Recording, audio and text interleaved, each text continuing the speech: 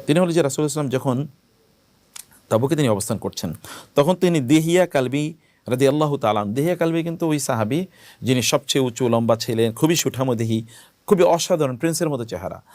আর জিবরিল আলাইহিস সালাতু ওয়াস সালাম যখন মানুষের বেশে রাসূলুল্লাহ সাল্লাল্লাহু আলাইহি ওয়াসাল্লামের সাক্ষাৎ করতে আসতেন, তখন তিনি দিহিয়া কালবির চেহারায় আসতেন।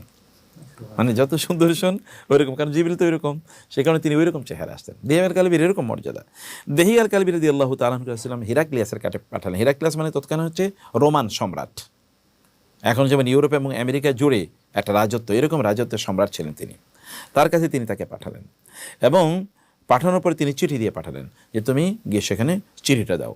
হিরাক্লিয়াসের কাছে যখন এই চিঠিটা তিনি দিলেন, তখন হিরাক্লিয়াস তার ধর্মযাজক, গুরু যারা, এদের সবাইকে ডাকলেন, খ্রিস্টান ধর্মযাজক সবাইকে ডেকে একটা ঘরের মধ্যে ঢুকিয়ে নিলেন এবং দরজা বন্ধ করে দিলেন এবং তাদেরকে লক্ষ্য করে বলেন, কদ নাজারা হাজার রাজুলু হাইসু রাআইতুম, তোমরা দেখেছো মুহাম্মদ সাল্লাল্লাহু আলাইহি ওয়াসাল্লাম কোথায় পর্যন্ত চলে এসেছে? তাবুক, একেবারে আমাদের কি রোমান সাম্রাজ্য পর্যন্ত চলে এসেছে। ওয়াকাদ আরসালা ইলাইয়া ইয়াদউনি ইলা সালাসি খিসালিন, তিনি আমার কাছে একটা চিঠি পাঠিয়েছেন। এই চিঠির মধ্যে তিনি আমার কাছে তিনটি আহ্বান রেখেছেন। এর এক নম্বর হলো ইয়াদউনি আন আত্তাবিআহু আলা দীনিহি, এক নম্বর কথা হলো আমি যেন তার দিন অনুসরণ করি, মানে ইসলাম গ্রহণ করি। সম্রাটকে, আমরা তো এখন সাধারণ মানুষকে দিন এ দাওয়াত দিতে ভয় পাই, কিন্তু তিনি সম্রাট। যেমন এখন যদি বলি ইউরোপ এবং আমেরিকা দুইটা মিলিয়ে যদি কোনো একজন সম্রাট হয়, মানে সেটা তো ডোনাল্ড ট্রাম্পের চেয়ে আরও কমপক্ষে 100 গুণ পাওয়ারফুল। এরকম কোনো মানুষের কাছে তিনি চিঠি পাঠিয়েছেন এবং চিঠি নিয়ে গেছেন একজন সাহাবী রাদিয়াল্লাহু, যার নাম আমরা বললাম। তিনি সেখানে বললেন যে, এবং সম্রাট বলছেন তার প্যাট্রিয়ার্ক ধর্মযাজকদেরকে যে এক নম্বর কথা তিনি বলছেন আমরা যেন তার দিন গ্রহণ করি, অথবা আমরা এই এলাকায় আমরা থাকব, আমাদের মতো করে আমরা থাকব, কিন্তু তাকে আমরা সিকিউরিটি চার্জ, মিলিটারি ট্যাক্স তাকে দেওয়া লাগবে। এখানে আমরা থাকবো, কিন্তু আমাদের এই অঞ্চলটা তিনি কী করবেন, সুরক্ষা প্রদান করবেন, এই কারণে তাকে মিলিটারি ট্যাক্স দেওয়া লাগবে। যেমন আমরা এখন ট্যাক্স দেই, কারণ রাষ্ট্র আমাদের জন্য অনেক সুযোগ সুবিধার ব্যবস্থা করে। সেটাও যদি আমরা না করি তাহলে যুদ্ধ করতে হবে।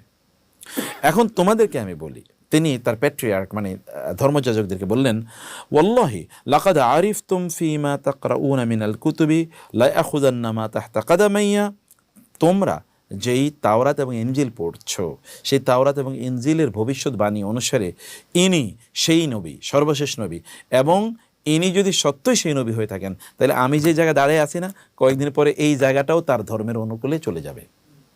মানে এই রোমান সাম্রাজ্য কি তার শাসনের অধীনে চলে যাবে। অর্থাৎ তোমরা তো এটা জানো, এবং এই কারণে ফাহালুম্মা নাত্তাবিউহু আলা দীনি, চলো আমরা তার দিন অনুসারে চলি, আমরা চলো সবাই মুসলমান হয়ে যাই। মানুষ এখন যদি ডোনাল্ড ট্রাম্প সারা আমেরিকার লোকজনকে বলে যে চলো আমরা সবাই মুসলমান হয়ে যাই, কেমন হতে পারে? এটা অবাক কাণ্ড। এরকম সবাইকে সেটিকে এই কথা বলছে।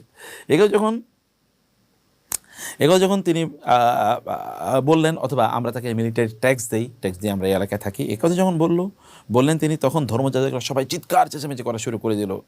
তাদউনানা ইলা আন নাদউ আন-নাসরানিয়া আও নাকুনা আবদান লিআরাবিয়্যিন জাআ মিনাল হিজাজ, আপনি আমাদেরকে বলছেন আমরা আমাদের খ্রিস্টান ধর্ম ত্যাগ করে এই একজন বেদুইন যিনি হেজাজ থেকে এসেছেন, মরুভূমি থেকে এসেছেন, তার কথা অনুসারে আমরা চলবো? অসম্ভব, এটা হবেই না।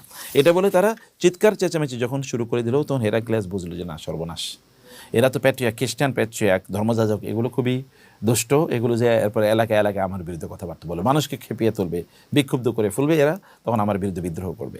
সে কারণে তিনি এবার তাদেরকে বললেন যে না, কুলতু লাকুম যালিকা লিআলামা সালাবাতাকুম আলা আমরিকুম, আরে ভাই, তোমাদেরকে পরীক্ষা করার জন্য আমি এটা বলছি, তোমরা এরকম ক্ষিপ্ত হচ্ছে কেন? আমি পরীক্ষা করার জন্য তোমরা আসলে খ্রিস্টান ধর্ম ভালোবাসো কিনা, আমি এই কারণে এই কথা বলেছি। ওকে গুড, তোমরা তো তোমাদের ধর্মের প্রতি খুবই আগ্রহ আছে, কারণ তিনি বুঝছেন যে এইগুলো তো আসলে এরকম করবে। কিন্তু তখন তিনি কিন্তু কনভিন্সড যে আসলে ইসলাম সত্য এবং রাসূল সাল্লাল্লাহু আলাইহি ওয়াসাল্লাম সত্যই নবী। তখন তিনি একজন তানুখ নামক একটা গোত্র, বড় একটা গোত্র, এই গোত্রের একজন লোকের তিনি খুঁজে বের করলেন যিনি আরবি জানেন। তাকে তিনি বললেন, যাও, এই যে আমার কাছে চিঠিটা আছে, গোপনে তাকে ডেকে বললেন এই চিঠিটা নিয়ে যাও। তিনি ওই যে মুহাম্মদ সাল্লাল্লাহু আলাইহি ওয়াসাল্লাম তখন তাবুকের মধ্যে আছেন, রাসূলুল্লাহ বা রাসূল মুহাম্মাদের কাছে যাও সাল্লাল্লাহু আলাইহি ওয়াসাল্লাম। তানুক এবার এবং তাকে বললেন, একটা নির্দেশনা দিলেন যে যাও, আমার এই লেখা আমি তোমাকে একটা কাগজ দিচ্ছি, লেখাটি নিয়ে যাও এবং তুমি তার সাথে গিয়ে আমার ব্যাপারে কথাবার্তা বলো। তুমি তার সাথে কথা বলতে গিয়ে যদি কোনো কিছু ভুলে যাও তাড়াতাড়ি লিখে নেবা। তুমি ভুলে গেলে সেগুলো লিখে নেবা। তবে 3টা জিনিস মনোযোগ দিয়ে শুনবা তার কাছ থেকে এবং এগুলো লিখবা। 1 নম্বর হচ্ছে যে এই যে আমি তার কাছে যে চিঠিটা পাঠিয়েছি এটার ব্যাপারে তিনি তোমার সাথে কোনো কথা বলেন কিনা, এটা কি কথা বলেন কিনা এবং কি বলেন এটা তুমি লিখে রাখবা। 2 নম্বর বিষয় হচ্ছে যে যখন তিনি আমার লেখাটা পড়বেন এই সময়ে তুমি তার প্রতি দৃষ্টি রাখবা এবং দেখবা যে তিনি কি বলেন আমার এই লেখার ব্যাপারে, এই চিঠির ব্যাপারে। 2 নম্বর বিষয় হচ্ছে যে তুমি জিজ্ঞেস করবা তিনি আসলে রাত এবং দিন কেন হয়, অথবা রাত এবং দিনের আলোচনা তিনি করেন কিনা, এটা তুমি একটু খেয়াল রাখবা। এবং 3 নম্বর বিষয় হচ্ছে যে ওয়াংজুরিলা জোহারি, তার পিঠের দিকে একটু তাকাবা। পিঠের মধ্যে তাকিয়ে একটু দেখবা যে পিঠের মধ্যে এমন কোনো জিনিস তুমি দেখতে পাও কিনা যেটা তোমার মধ্যে একটা সন্দেহ তৈরি করেছে, এরকম তখন মানুষের তো এরকম নাই পিঠে, তাহলে ওনার এটা আসলো কোথেকে। এই 3টা জিনিস তিনি বলেন। এবার আমি গেলাম, যাওয়ার পরে আমি তার সাথে তানুকি, ওই যে তানুকি ব্যক্তি, তিনি বলেন আমি এবার গেলাম এবং আমি তার সাথে সাক্ষাৎ করলাম যখন একটা জলাশয়ের সামনে তিনি তার সাথীদেরকে নিয়ে আছেন। আমি সেখানে যাওয়ার পর তিনি আমাকে ডাকলেন, আমি যখন চারদিক দিয়ে ঘোরাঘুরি করছিলাম তিনি আমাকে ডাকলেন এবং ডেকে তিনি আমার পরিচয় জানার পরে আমাকে তিনি প্রথম যে প্রশ্নটি করলেন, হাল্লাকা ফিল ইসলামিন হানাফিয়াতে মিল্লাত আবিকা ইব্রাহিম, ও তুমি তো খ্রিস্টান, তোমাদের বাবা আমাদের বাবা ইব্রাহিম আলাইহিস সালামের আদর্শ মানার ক্ষেত্রে তার আদর্শ হলো ইসলাম, এই ইসলাম মানার ক্ষেত্রে তোমার কোনো আগ্রহ আছে কিনা, তিনি আমাকে প্রথমে এই কথা বললেন। এবং এই কথা বলার পর তখন আমি তাকে বললাম যে দেখেন আমি তো একটা ধর্মের দূত হিসেবে আপনার কাছে এসেছি, অতএব আমি আপাতত আমার সেই ধর্মের উপরেই থাকবো, কেবলমাত্র আমি আমার দেশে ফিরে যাওয়ার আগ পর্যন্ত আমি আমার ধর্ম ত্যাগ করতে পারবো না, আমি শুধু এসি আপনার কাছে আমার এই ধর্মের মানে আমার যে রাষ্ট্রের সম্রাট আমি তার চিঠিটা আপনার কাছে পৌঁছে দেওয়ার জন্য। তখন তিনি আমার এই চিঠিটা তিনি আমাকে নিলেন এবং চিঠিটা নেওয়ার পরে তিনি আমাকে লক্ষ্য করে বলেন, আল্লাহ তাআলা বলেছেন ইন্নাকা লা তাহদি মান আহবাবতা ওয়ালাকিন্নাল্লাহু ইয়াহদি মান ইয়াশা, আল্লাহ বলেছেন যে আপনি কাউকে হেদায়েত দিতে পারবেন, হেদায়েত দেওয়ার মালিককে আল্লাহ সুবহানাহু ওয়া তাআলা। এবং তারপরে তিনি বললেন ইয়া আখা তানুখ ইন্নী কাতাবতু বিকিতাবিন ইলা কিসরা, হে তানুখ আমি একটা চিঠি কিসরা অর্থাৎ রোমান পারস্য সম্রাটের কাছে পাঠিয়েছিলাম, সেই সম্রাট আমার চিঠিটাকে চূর্ণ বিচূর্ণ করে ফেলেছে। আল্লাহ সুবহানাহু ওয়া তাআলা এর বিনিময়ে তার রাষ্ট্রকে চূর্ণ বিচূর্ণ করে ফেলবেন। কিন্তু আমি নাজ্জাশীর কাছে একটা চিঠি পাঠিয়েছি, সেই চিঠিটাকে তিনি কি করেছেন, পুড়িয়ে ফেলেছিলেন। আল্লাহ সুবহানাহু ওয়া তাআলা তার রাষ্ট্রকে একেবারে চূর্ণ বিচূর্ণ পুড়িয়ে ফেলবেন। আর আমি তোমার রাজার কাছে, তোমার সম্রাটের কাছে একটা চিঠি পাঠিয়েছি, তিনি আমার চিঠিটা রেখে দিয়েছিলেন এবং এই কারণে আল্লাহ সুবহানাহু ওয়া তাআলা তিনি যতদিন জীবিত থাকবেন ততদিন পর্যন্ত এবং তিনি যতদিন মানুষের সাথে উত্তম আচরণ করবেন, মানুষের জন্য কল্যাণ করবেন, ততদিন পর্যন্ত আল্লাহ তাআলা তার রাজত্বকে টিকিয়ে রাখবেন। যেহেতু রাসূলের চিঠিকে তিনি সম্মান করেছেন, অতএব যতদিন তিনি জীবিত থাকবেন মানুষের কল্যাণ করবেন ততদিন তার রাজত্বের কোনো কিছু হবে না।